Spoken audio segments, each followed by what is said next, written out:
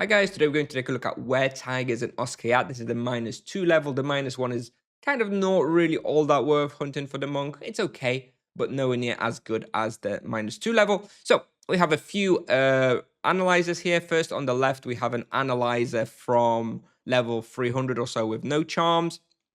So the experience is about 4.6, 4.5 or so, and about 800k profit per hour. Here we have like a level 350 with charms. I believe at this point we're doing about 5.1 raw. I think this was a bit high. I don't know how I was doing it so much, but it was going pretty well. And about 1kk profit per hour. And here on the right we had no supply run on a level 400 plus or so. As you can see, I had 3k supplies. This is just transcendence potions, nothing else. No other mana or spirit potions at all. The balance is like 2kk per hour because I managed to loot a spiritualist gem. But overall, at like level 400 plus, you can make about 1.5kk profit per hour. So if we actually look at the results, I recommend it for level 300 plus. You can maybe do it 250 plus if you're really good with like prismatic ring and stuff. But 300 plus to be safe, you will begin somewhere around 4.4kk raw per hour and scale all the way up to 5kk raw per hour. I think I do have like a 2% animus here, which is why maybe it's a little bit higher here on like 5.1, but I'm sure you can push it as far as 5kk raw with like no animus and stuff either. Expected loot, so it begins about 0.8kk per hour, as I said, but it scales all the way up to 1.5kk per hour by the time you're like level 400 and you're basically not needing to use any supplies here anymore. So very, very good profit. And yeah, charms active, like I said, no charms active in this video, in this screenshot, but I did have charms, I believe, in these two screenshots. So they do help a fair amount with the experience and the possible profit. Overall tier rating, I would give it an S minus. Very, very good experience, very, very good profit. Not like the best experience you can get in this level range. Obviously, you've got like Nagas, you've got Asura Mirror, you've got even Winter Court, probably better for experience a bit. But the profit is excellent. It's very fun and simple to hunt here, so I really enjoyed myself here. I very, very highly recommend it.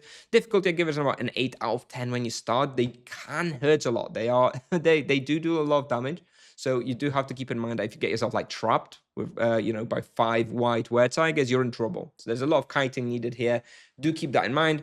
With regards to bestiary, and by the way, I should say this is all outside of full moon. Okay, I haven't hunted here on the full moon yet. This is all outside of full moon.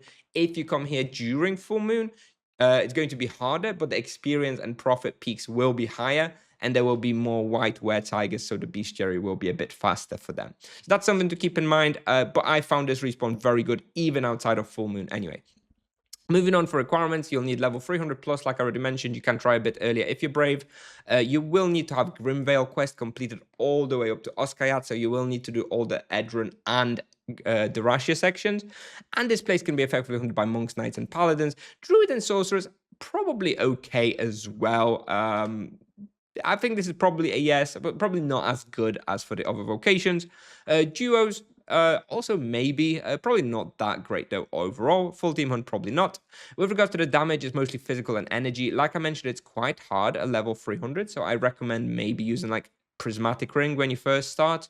Just something to consider. Probably going to make it a bit easier, and obviously the energy protection imbuement also would be nice. But not absolutely necessary. I think at level like 300, you probably do want to have it. And the recommended weapon type to use here is Earth. Fire would be okay as well, but obviously as a monk, you don't have access to fire. Supplies per hour when you start with, you'll be doing about 1,000 ultimate spirit potions per hour.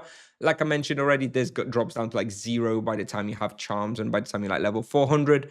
But you need to get the first. With regards to charms, I recommend Low Blow and Savage Blow on the Panther and the Weretiger. Otherwise, you can use like Enflame or something as well. And I recommend Poison on the White Weretiger.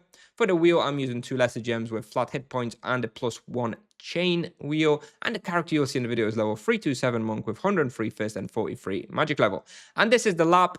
So you come in through here. I do a lap in here. Then I go through like this. Do a pull in here, up here, pull in here, go down. I mean, this is super basic. This is basically what everyone hunts like. Pull in here, then go through here, usually finish off somewhere here, and restart. So you only do like 6 pulls on the whole floor. Very, very simple, very easy to hunt here with regards to like layout. It's not very complex. There's not much variety, variability in here, but they do hurt a lot. So if you do come here at level 300, do pay attention, please, and don't blame me if you die. I hit a couple of low HP screenshots hunting here at level 300. Do keep that in mind. But by the time you hit level 400 and you've got charms, as you can see in this analyzer, it just becomes very, very easy. And again, this profit is inflated because I dropped a lesser spiritualist gem, which was like 600k at the time. But still, it's like 1.5k profit per hour guaranteed when you really do optimize this spot at that level. Anyway, that's all I have for you today, guys. Thank you very much for watching. If you have any questions, let me know. Happy to answer. And I'll play the video now and see you in the next one. Bye-bye.